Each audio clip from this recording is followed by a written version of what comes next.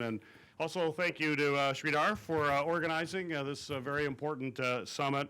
Your work in advancing manufacturing makes the University of Michigan and I think the entire state of Michigan very proud. In fact, I think your work embodies the spirit of ingenuity, of innovation, of expanding our human capabilities that our nation was literally founded on over 200 years ago.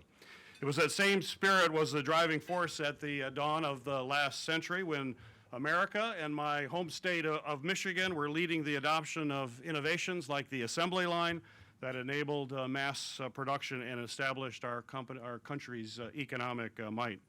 For decades, we saw booming factories in places like River Rouge, Highland Park, and Willow Run, and they really embodied the optimism as well as the opportunity and prosperity of manufacturing and the manufacture of raw goods into precisely craft products. And in the process, as all of you know, they built America's middle class. It set the global standard for quality manufacturing and powered the military production that liberated the world from fascism. In many ways, I think this wave of industrialization and the livelihoods that it sustained was America's crowning achievement in the 20th century. But in recent years, America's position as the world's preeminent manufacturing power has stalled. And as a result, the economic opportunity manufacturing once provided has come to a standstill in communities where the clang of bending of metal and the roar of engines are literally a way of life. As recently as 1980, 5 of the top 10 metropolitan areas with the highest average earnings were in Michigan. But in recent years since, our country's economic policies have shifted to other industries like technology and healthcare. And as a result of this shift, communities like Flint and Detroit have seen their economic opportunity decline, while regions like Silicon Valley and Boston have prospered.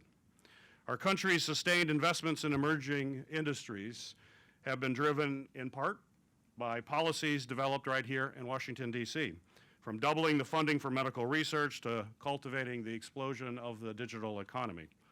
Policy choices help propel some industries and some regions to success, while other failure to continue investing or failure to invest in manufacturing has disadvantaged communities in Michigan as well as across the entire heartland. And without question, policies adopted by our foreign competitors are also being used to gain unfair advantage in the global marketplace right now.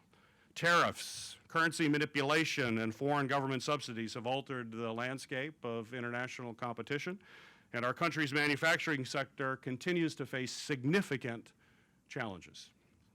But, despite all the challenges, and we know all those challenges in the room here, I am optimistic. And today, I believe that we're on the verge of a new age where technology and manufacturing will come together to produce greater productivity and jobs that we haven't even imagined yet. As advancements in artificial intelligence and machine learning and automation progress, we stand ready to harness the promise of that they can bring and prepare for the immense challenges to our country and to our society as a whole. Venture capitalists have a name for all the stuff that we're seeing right now. They call it disruption. I take a different view. I think change is only disruptive when it's happening to you. And if you're leading the change, then it becomes transformational.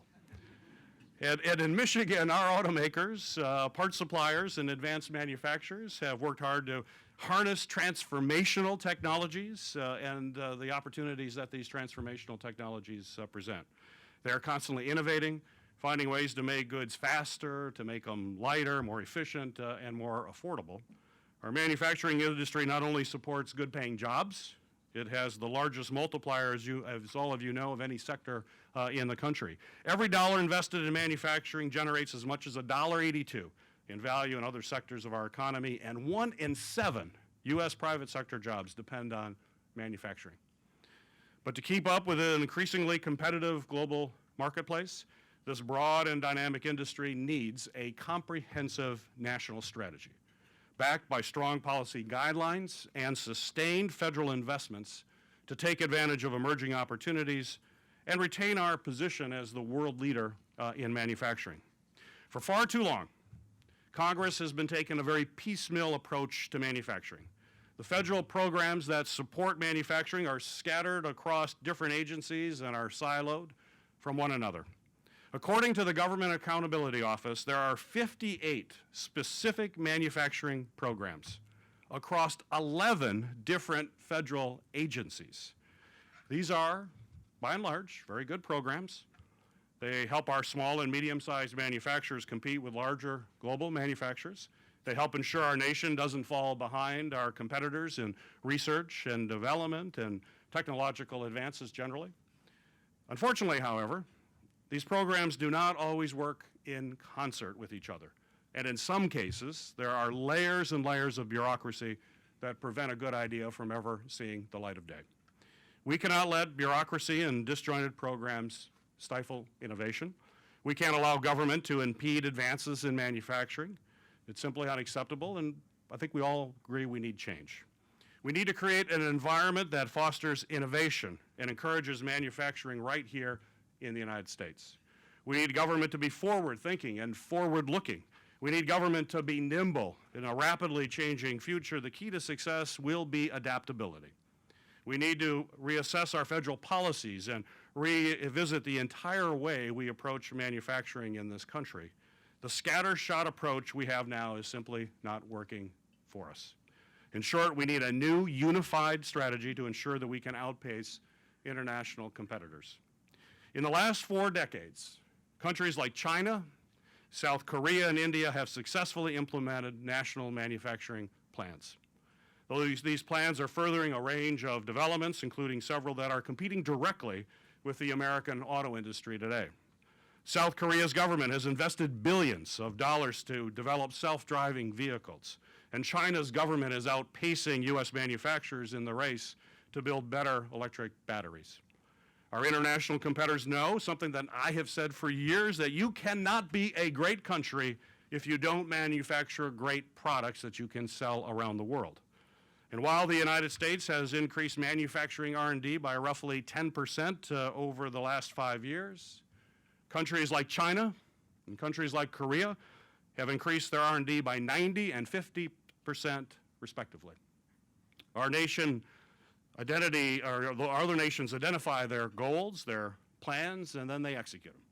The United States, on the other hand, has no comprehensive national manufacturing policy and no key person in charge of guiding U.S. manufacturers through the changes that lie ahead.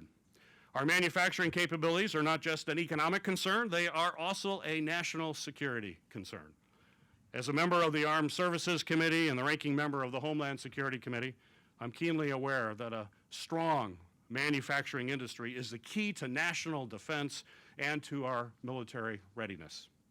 From defense contractors to automotive parts suppliers, as I've traveled all across my state of Michigan, I've met with hundreds of manufacturers who are making everything from components for the SLS rocket that will someday and one day carry the first humans to Mars, to the next generation of self-driving vehicles, along with innovative medical devices and commercially available packaged foods.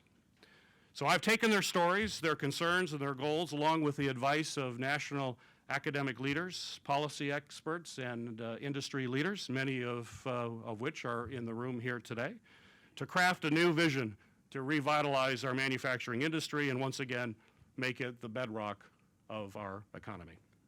Building on the innovative policies that tackle the challenges of the past, we've been looking at everything from the creation of the National Science Foundation, the Department of Homeland Security, and the evolution of the National Institutes of Health.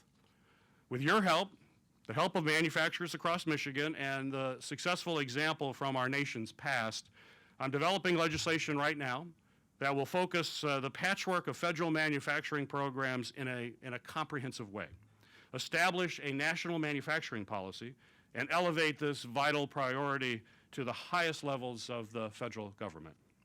In the coming months, I'm going to be introducing legislation to create a National Institute of Manufacturing. This will be an executive branch agency that will house our national manufacturing programs all under one roof. This single tent for manufacturing programs will boost coordination, will reduce overlapping efforts, improve efficiency, and strengthen government's ability to respond to evolving national needs. In the same vein as the National Institutes of Health, which established institutes to combat the very formidable diseases like cancer and HIV/AIDS, the National Institute of Manufacturing will have directorates to focus on technology development, industrial commons, education and workforce, small and medium manufacturers, and trade. And to ensure that manufacturing policy will be a top priority year after year, the head of the National Institute of Manufacturing will also serve as the United States Chief Manufacturing Officer. The CMO will be charged with establishing and executing a national manufacturing policy. The National Institute of Manufacturing will also give our nation's manufacturing programs a higher profile, which will hopefully drive Congress to provide steady investments to these programs. I've been honored to work with some of my colleagues in the House, and I've developed this idea with some of them, including Ro Khanna, who I believe spoke earlier today before this group, and I look forward to continuing to work with him and others in both the House and the Senate. So as you all know, manufacturing is not just a job, it is clearly a craft. From the original concept and design to skilled tooling, precision engineering, and scalable production, manufacturers help build expertise along with the skills to make great products. Our national policy should not only value that level of craftsmanship, but should also encourage it as well. So hearkening back to the days of the arsenal of democracy, with the pinnacle of American manufacturing, we know that innovation and production work best when they're working side by side. For this new era of manufacturing, we need engineers and designers working alongside tool and die makers, computer programmers, and researchers, and we need them all working here in the United States. Establishing the National Institute of Manufacturing and creating a national manufacturing policy will help restore our competitive advantage and ensure that if we invent it here, we will also manufacture it here as well. Today, I believe that we stand at a critical crossroad for our economy, and our future will depend on which road we choose to take. The world is rapidly changing. Technology is developing exponentially as we speak, and we only have a short time to take action, or we will lose our manufacturing mantle we have now. We have an opportunity right now to secure our position as a world leader in advanced manufacturing for years to come, set the global standard for the next generation of innovation, and create great jobs for Americans who have literally manufacturing in their blood. So I thank all of you for taking the time to be here to talk about these issues. I look forward to working very closely with you in the months and the years ahead, and I know together we can accomplish great things. Thank you so much.